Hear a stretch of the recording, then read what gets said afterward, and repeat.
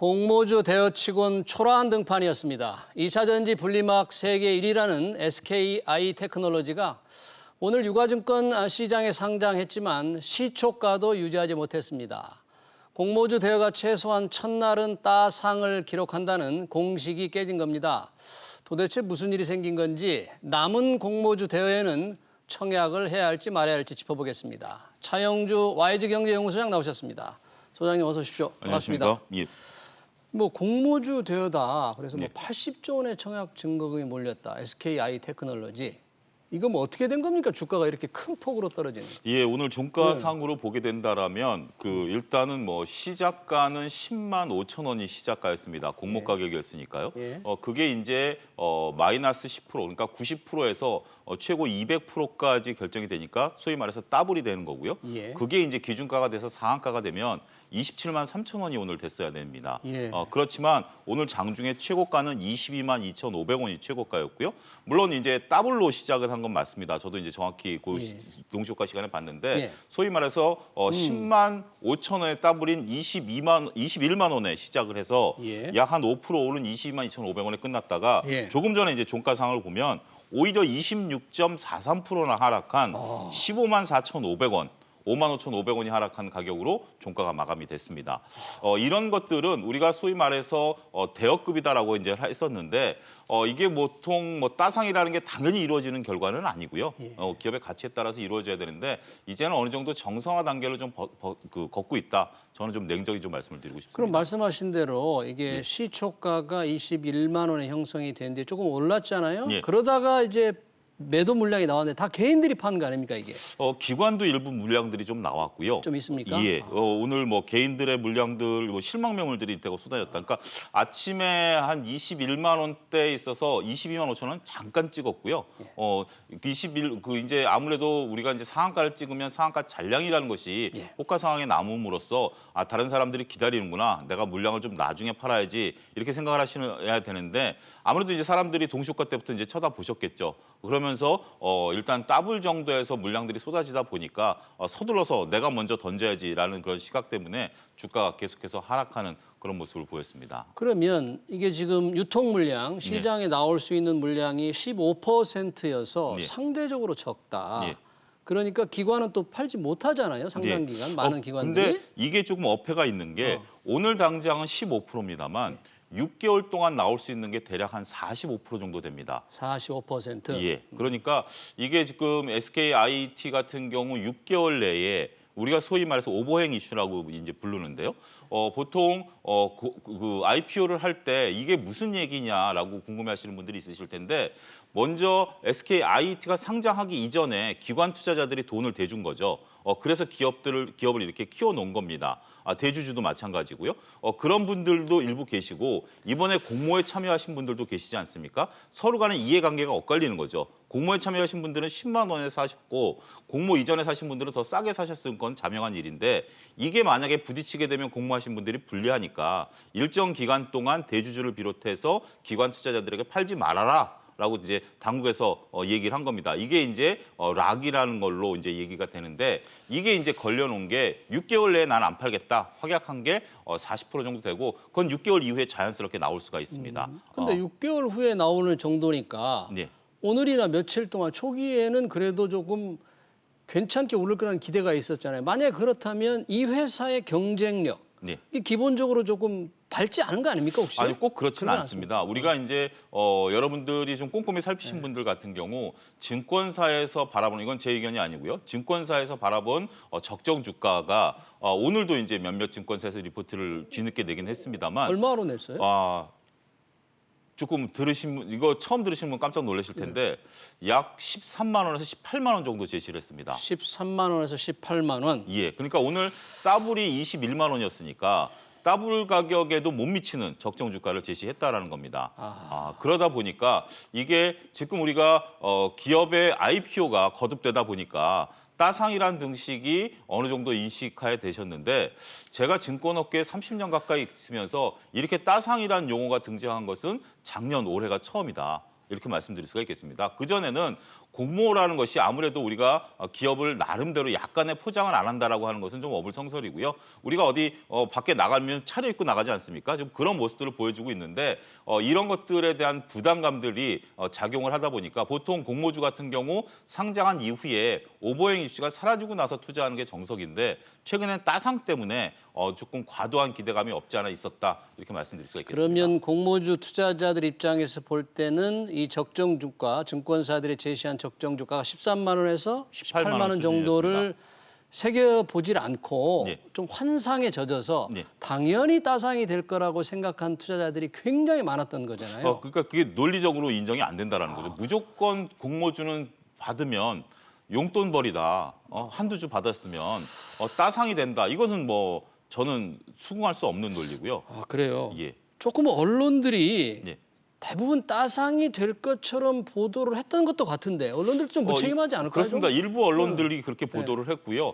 이것은 분명 언론들이 무책임한 부분들이 있습니다. 논리가 맞죠. 그냥 무조건 이번에 이제 자극적인 제목들을 뽑아내셨죠. 따상 가능할 것인가? 네. 뭐 이런 제목들을 하면서 내용들을 읽어보면 가치 평가라든지 증권사들의 의견이라든지 이런 것은 전혀 없이 그냥 이번에도 따상이 될까라는 어떤 조금 얘기들이 제가 볼 때는 조금 조심스러워야 될 부분이 아니겠는가. 왜냐하면 이 공모주 하기 위해서 네. 이 증권회사에 네. 직접 가서 새벽에 줄을 서서 계좌를 튼 분들이 굉장히 많습니다. 잠도 안 자고 가서. 예, 휴가 내고 그렇게 하셨다는 분들도 저도 주위에서 많이 봤고요. 심지어 뭐 제 주위의 지인도 전혀 주식을 안 하다가 이거 뭐 용돈벌이 된다고 하니 휴가 내서 가서 하신 지인들도 있거든요. 근데 이 제도가 이제 이번 이후부터는 바뀌었습니다. 그러니까 요번까지만 SKIT까지만 하더라도 차영주 제가 모든 증권사의 계좌 개설이 가능했고 거기서 다 됐는데 이제는 한 증권사 한 번만 청약이 가능합니다. 따라서 청약 경쟁률은 다소 낮아질 가능성은 있다. 이렇게 말씀드릴 수 있겠습니다. 그러면 조금 어려운 제가 질문인데 예. 오늘 미처 팔지 못하고 청약을 받은 그래도 봤자 개인이 한두 줄 겁니다. 그렇습니다. 그런 분들은 어떻게 해야 될까요? 일단은 지금 나름대로 조금 조심스럽긴 합니다만 지금 오늘 끝난 가격이 15만 4,500원 아닙니까? 이 정도 가격이면 증권사에서 얘기한 평균 가격 정도 된다라는 것들이죠. 이제 여러분들이 결정을 내리셔야 됩니다.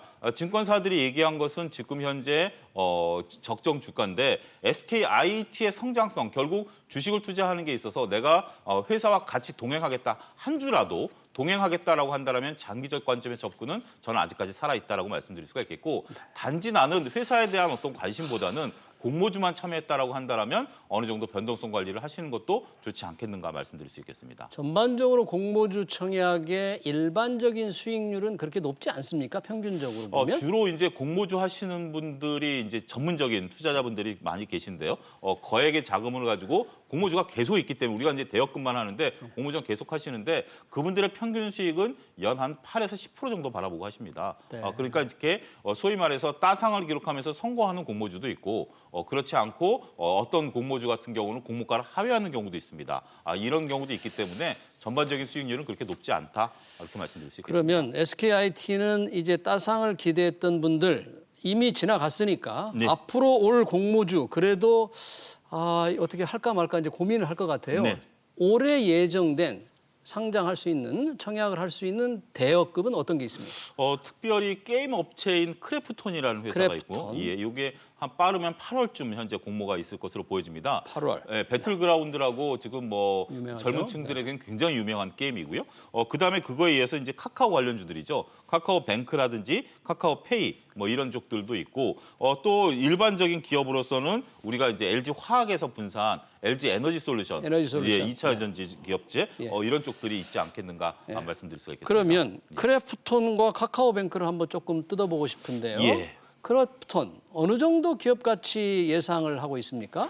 이게 지금 소위 말해서 지금 빅히트 이제 요 회사와 비교가 하는데 배틀그라운드라는 단일 게임으로 현재 지금 구성이 돼 있습니다.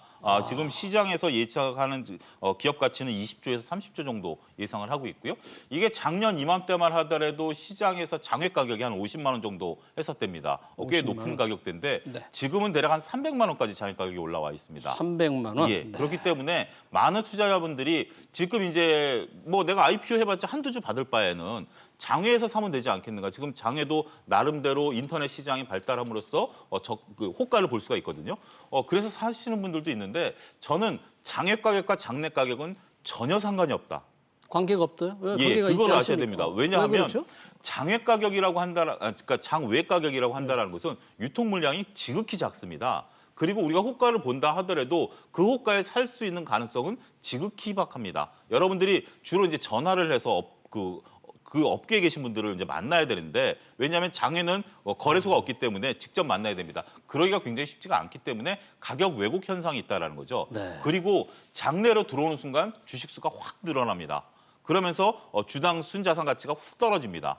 그런 부분들 때문에 여러분들이 단순하게 장외 가격이 그대로 장내로 들어온다? 이건 아닙니다. 그렇게 생각하면 안 된다. 예, 절대 장외와 장내는 완전히 그 관계가 별개이다. 별개다라고 보셔야 됩니다.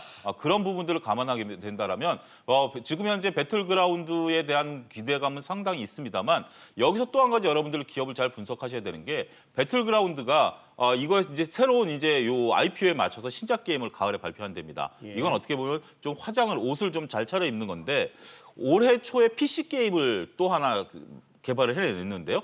이게 성공해서 조금 실패를 했습니다. 그러니까 배틀그라운드에 대한 가치는 분명히 있고 뉴 배틀그라운드에 대한 기대감도 있는 건 사실입니다만 이 IT 기업들 특히 게임 업체들은 이게 신작 게임에 대한 기대감이 있어야 되는데 이게 무조건 성공한다라는 것은 우리가 빅히트 같은 경우도 방탄소년단 이외에 다른 뭐 보이그룹이라든지 걸그룹을 내세우고 있습니다만 히트를 못하고 있는 것처럼 그렇죠. 그런 부분들도 감안해야 되지 않을까 말씀드리겠습니다. 자, 카카오뱅크도 크래프트 못지않게 관심이 많은데요. 네. 이것도 지금 예상되는 가치, 시총을 어느 정도로 보고 네. 기존의 현재의 금융지주와 비교하면 과도하게 이렇게 평가가 되고 있다는데 어떻습니까? 예, 지금 뭐 카카오도 지금 장에서 한 10만 원 정도 거래가 되고 있다고 합니다. 카카오뱅크도 이러면 지금 단순하게 기업 가치가 약 한 40조 정도 됩니다. 40조. 예. 그러면 비교해 드리겠습니다. 감이 안 오실 텐데 네. 우리가 가장 큰 은행이라고 불리우는 국민은행 KB금융 KB금융지주 20조입니다. 20조. 예. 그러면 2배네요? 예, 2배입니다. 이익은 형편이 작잖아요. 이익 같은 경우 지금 볼 때 전체 이익은 KB은행의 30분의 1밖에 안 됩니다. 그런데 현재 평가되는 가치는 이렇게 높다니까. 2배가 높고 PER 개념으로 보게 된다면 KB금융이 대략 한 7배 정도 PER 되는데 예. 카카오뱅크는 286배입니다. 고평가 논란이 있을 수밖에 없겠네요. 네, 그렇습니다. 그러니까 우리가 단순하게 무조건 저는 공모를 참여하시는 거에 대해서는 나름대로 긍정적이 있습니다. 긍정적인 효과가 있고 작은 수익이나마 챙기실 수 있습니다만 그 기업 가치를 무시하고 무조건 따상이라는 데에 얽매여서 투자하시는 것은 분명 어폐가 있다. 이렇게 말씀드릴 수가 있겠고 지금 공모라는 것은 거듭 지난번에도 한번 이 코너에서 말씀드렸는데 본질 가치를 따지는 게 아니고요. 상대 가치를 따집니다. 상대 가치. 예를 들어서 뭐 A라는 기업이 본질 가치가 이렇게 높냐 낮냐를 따지는 게 아니라 우리가 이 정도의 IT 기업이 있기 때문에 카카오뱅크 같은 경우는 이렇게 얘기할 수 있죠. 우리가 미국의 아마존이나 뭐 이런 쪽들과도 같이 경쟁할 수 있으니 이 정도 밸류를 받아야 된다. 우리가 왜 KB금융과 같이 해야 되느냐 이렇게 됨으로써 밸류를 높이 평가할 수도 있기 때문에 그러한 부분에 있어서 여러분들이 꼼꼼한 체크가 필요하다라고 말씀드리겠습니다. 그러니까 공모는 청약을 하되 이 따상에 대한 환상을 버리고 기업 가치를 좀 제대로 평가해서 해야 되겠다 그런 말씀이네요. 그렇습니다. 네, 알겠습니다. SKI 테크놀로지의 오늘 상장 내용을 비롯해서 공모적이 잘 들었습니다. 지금까지 차영주 와이즈 경제연구소장이었습니다. 고맙습니다. 감사합니다. 네.